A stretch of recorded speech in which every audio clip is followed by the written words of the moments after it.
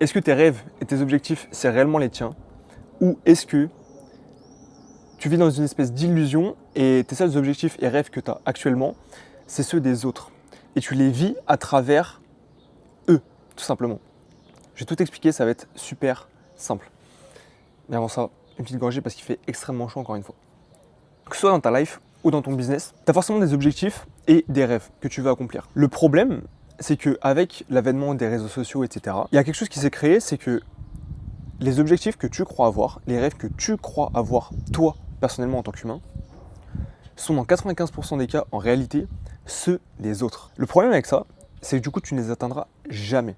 Absolument jamais. Et pire que ça, ça va te mettre dans un down total et sur le long terme, parce que tu vas voir les autres les atteindre à ta place, ou alors les atteindre plus rapidement. Pour commencer, j'aimerais te dire un truc, c'est que ce soit un rêve ou un objectif, pour pouvoir l'atteindre, il faut tout donner. C'est-à-dire qu'à un moment donné, il va falloir faire des concessions, il va falloir faire des sacrifices, mais c'est le principe d'un rêve ou d'un objectif, c'est quelque chose que tu n'as pas encore aujourd'hui.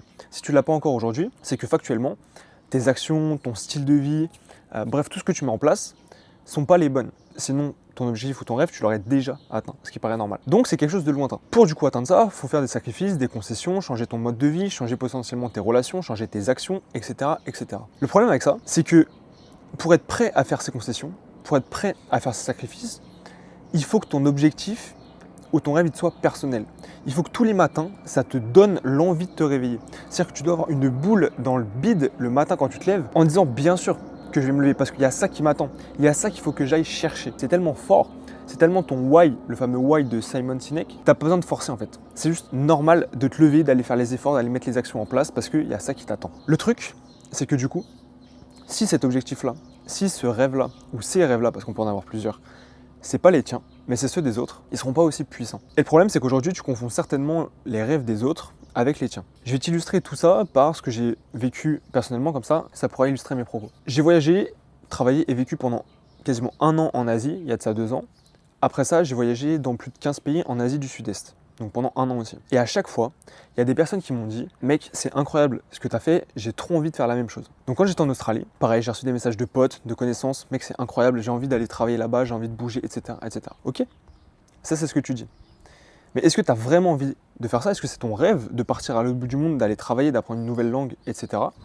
Est-ce que c'est un objectif? Ça peut être un objectif financier par exemple. Ou est-ce que tu as l'illusion que tu as envie de faire ça, tout simplement parce que tu vois ce que je fais, tu vois la bonne face des choses sur les réseaux, tu vois ce que je communique, tu vois ce que mes potes communiquent. Est-ce que c'est réellement quelque chose que tu as envie ou c'est uniquement un rêve projeté par rapport à ce que tu perçois de ce que moi je vis à l'instant T en fait? Si on prend l'exemple de l'Australie, est-ce que tu es prêt, vu qu'on parle de concessions et de sacrifices, est-ce que tu es prêt à partir 1 an loin de ta famille, loin de tes potes, à subir le manque, au fait que eux évoluent sans toi, que eux fassent de nouvelles rencontres là-bas, de louper des dates importantes, de louper des anniversaires, de louper des Noëls? Est-ce que tu es prêt à travailler dans des secteurs tels que la mine, les fermes, la construction sous 43-45 degrés tous les jours pendant 8 à 12 heures par jour? Est-ce que tu es prêt à faire tout ça? Ou est-ce que tu te projettes uniquement ce rêve et cet objectif-là parce que tu me vois moi, que tu me connais, le faire et que tu vois d'autres personnes le faire aussi? Pose-toi la bonne question. Parce que le problème, c'est que, encore une fois, si c'est pas réellement ton objectif, c'est pas réellement ton rêve, c'est pas ce qui te fait vibrer au fond de toi, tu vas très vite le sentir. Mais le problème, c'est que tu vas le sentir trop tard. C'est que tu vas le sentir une fois que tu auras mis les actions en place, une fois que tu seras arrivé en Australie, et tu vas être en mode « Ok, j'y suis maintenant, qu'est-ce que je fais? J'aime pas le taf que je fais, les gens que je rencontre, c'est pas fou, ma famille, elle me manque. » En fait, c'est des trucs ultra logiques, mais il faut que tu te poses la question avant. Ça fait tout simplement partie du processus. Pareil, du coup, je suis parti 1 an en Asie du Sud-Est, donc là, c'était 100% voyage, et on a reçu plein de messages de connaissances ou de potes qui disent « Putain, c'est incroyable, vous kiffez et tout, c'est ouf, c'est mon rêve. » Ça, c'est le message qu'on voyait partout. C'est mon rêve. J'ai envie de faire ça aussi. Est-ce que c'est réellement ton rêve? Ou est-ce que c'est uniquement une illusion de ton rêve parce qu'il est projeté sur ce que tu nous vois vivre actuellement? C'est la même question tout le temps. Est-ce que tu es prêt au fait que toi, tu fasses des nouvelles rencontres avec une espèce de bulle en x1000 où tout est multiplié parce que c'est très court, c'est très intense, donc toutes les émotions que tu vas ressentir, elles vont être décuplées. Les gens que tu vas rencontrer, en 48 heures, tu peux vivre et ressentir autant de choses avec eux que des potes que tu connais depuis 20 ans. Et le problème, c'est que ces personnes-là que tu rencontres en 48 heures, cette relation, elle peut disparaître à tout moment. Parce que dans une semaine, dans 5 jours, ces personnes-là, elles peuvent partir, elles peuvent sortir de ta vie aussi rapidement qu'elles y sont rentrées. Parce qu'elles doivent continuer le voyage, parce qu'elles doivent rentrer, peu importe, il y a 15 000 raisons. Et du coup, à chaque fois, c'est une déchirure émotionnelle. À chaque fois, tu perds quelqu'un qui t'a amené énormément de choses dans ta vie. Donc, est-ce que tu es prêt à faire face à ça? Est-ce que tu es prêt à découvrir de nouvelles cultures et du coup, à potentiellement souffrir? Parce que oui, l'Asie du Sud-Est, c'est des pays du tiers-monde. Du coup, on n'a pas la même culture. Ils ne traitent pas les humains ou même les animaux de la même manière que nous, Européens. Donc forcément, on a vu des choses qui choquent. Est-ce que tu es prêt à voir ça? Est-ce que tu es prêt à faire plus de 100, 150, 200 logements sur un an parce que tu vas changer d'endroit tous les 2-3 jours? Est-ce que tu es prêt à te trimballer un sac de 15, 17, 20 kilos sur le dos à chaque fois que tu bouges? C'est des trucs de fou, ça paraît juste logique, mais pose-toi la vraie question. Est-ce que tu rêves de ça? Ou est-ce que tu rêves seulement des plages de sable blanc, de l'eau turquoise, et sur part pour l'Australie, de l'aspect financier, le fait que tu gagnes bien ta vie, etc. Si c'est le cas, ton rêve, c'est ça, c'est d'aller voir les plages de sable blanc, c'est d'aller voir l'eau turquoise. C'est pas de voyager en backpack pendant un an. Si l'Australie te donne envie pour le niveau financier, encore une fois, c'est pas le voyage en Australie, c'est pas l'expérience en Australie ce qui te donne envie, c'est avoir des thunes dans un bel endroit, parce que l'Australie c'est quand même magnifique, t'as des paysages de fou, t'as l'océan, bref, c'est incroyable. Donc fais attention aux nuances, est-ce que t'as réellement envie? Donc ça c'était l'aspect dans ta life, mais en fait c'est exactement la même chose dans ton business. C'est-à-dire qu'aujourd'hui, tu as certainement envie, avec ton coaching, ton consulting, d'atteindre 10, 15, 20 000 euros par mois peut-être. Mais est-ce que ça, c'est ton rêve à toi? Ou est-ce que c'est quelque chose qu'on t'a mis dans le crâne? Parce que sur les réseaux sociaux, tu vois que tout le monde avec des grosses guillemets, fait 10, 15, 20 000 euros par mois avec son activité de coaching ou de consulting. Est-ce que tu t'es posé 2 minutes? Est-ce que tu as réfléchi à ce que ça demandait réellement d'avoir une activité de coaching ou de consulting qui faisait 10, 15, 20, 30, 50, 100 000 euros par mois? Il y en a qui, sur le marché français, qui sont à 100 000 euros par mois. Mais est-ce que tu t'es posé la question de qu'est-ce qui se passe derrière? Ce que tu vois, c'est la surface. Mais qu'est-ce qui se passe sous la surface, dans les abysses? Tu te doutes bien qu'un business à 100 000 euros par mois, c'est pas la même chose qu'un business à 5 ou 10 000 euros par mois. Il va falloir gérer et manager des équipes. C'est-à-dire que toi, ton rôle de base, ta compétence de base, qui est d'être extrêmement bon, extrêmement compétent sur un sujet, tu vas potentiellement devoir la supprimer pour commencer à manager une équipe. Est-ce que tu es prêt à faire face au conflit d'équipe? Parce qu'évidemment, plus tu rajoutes de personnes dans une équipe, plus tu dois gérer ces conflits-là. Est-ce que tu es prêt à dealer avec des dizaines, voire des centaines de clients tous les mois? Parce que forcément, au bout d'un moment, quand tu arrives sur ce type d'échelle, tu as plus de clients, même si tu augmentes tes prix ou quoi que ce soit, tu auras forcément plus de clients qu'un gars qui a 5 ou 10 000 euros par mois. Est-ce que tu es prêt du coup à dealer avec plus de personnes, plus de clients et du coup potentiellement de moins bonne qualité? Est-ce que tu es prêt à taffer 5, 6, 7 jours sur 7? En fait, ça, c'est des choses qu'il faut que tu réfléchisses, que tu te poses. Est-ce que tu te demandes si c'est réellement ton rêve ou si c'est uniquement une illusion projetée de tes rêves et tes objectifs basés sur ce que tu vois sur les réseaux et ce que réalisent les autres? Moi, aujourd'hui, je m'en contrefous de faire des millions. Ma vie de rêve, mon objectif, c'est de devenir ce que j'appelle un créateur libre. C'est-à-dire vivre confortablement, gagner 10, 15 000 euros par mois avec mon activité de coaching et de consulting, travailler 4, 5 jours par semaine à base de 4-5 heures par jour pour avoir le time de voyager.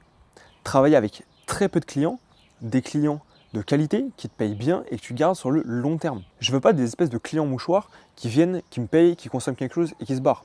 Ça ne m'intéresse pas du tout. Donc pose-toi la question, qu'est-ce que tu as réellement envie de faire?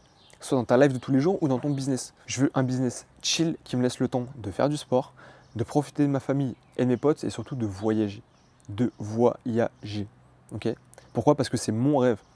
C'est mon objectif, c'est ce que j'ai fait depuis des années, voyager. À 26 ans, j'ai visité quoi? Plus de 35 ou 36 pays.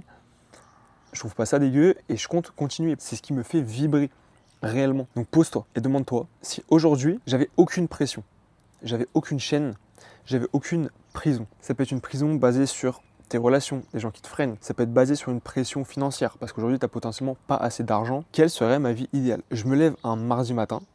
Quelle est ma vie idéale? Et à partir de là, tu peins ta journée idéale du réveil jusqu'au soir. Okay? Comme s'il y avait zéro friction dans ta life aujourd'hui, un mardi matin. Je te donne la mienne typiquement. Je me lève, il est 6h, 6h30.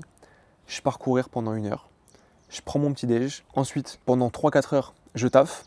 Full focus. Une fois que ces 4 heures-là sont finies, je ferme le PC. Il est midi.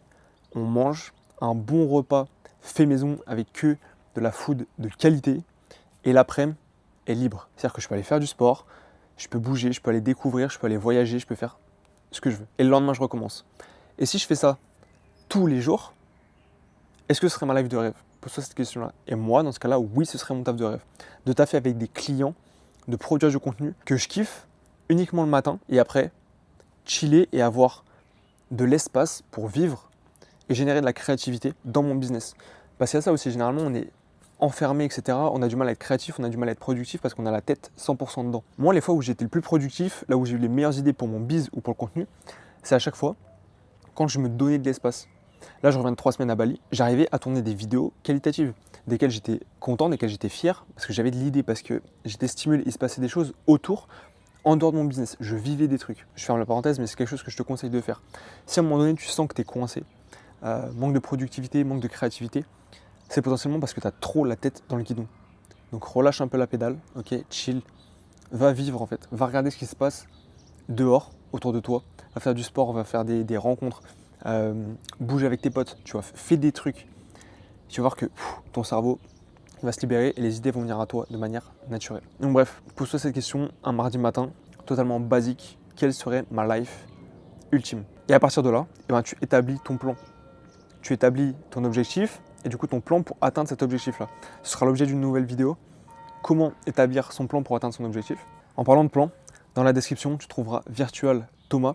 Il te permettra en 8 minutes de créer ton plan totalement gratuitement, basé sur ta situation actuelle, la situation où tu veux aller. Et du coup, il va te donner un plan step by step pour exécuter ce plan-là et pouvoir lancer et vendre ton offre de rêve. L'offre que tu te retiens de lancer depuis plusieurs mois, plusieurs années, alors que c'est elle qui te fait vraiment bouillir. Si tu te dis, ouais, un mardi matin, je me lève et je travaille de 8h à 21h, parce que mon but c'est de faire des millions, il n'y a aucun souci mec, genre vas-y, mais sois prêt à avoir un plan et à exécuter le plan qu'il faut pour atteindre cet objectif-là, en faisant absolument toutes les concessions et les sacrifices nécessaires pour l'atteindre. C'était Thomas, je te souhaite une excellente journée, ciao.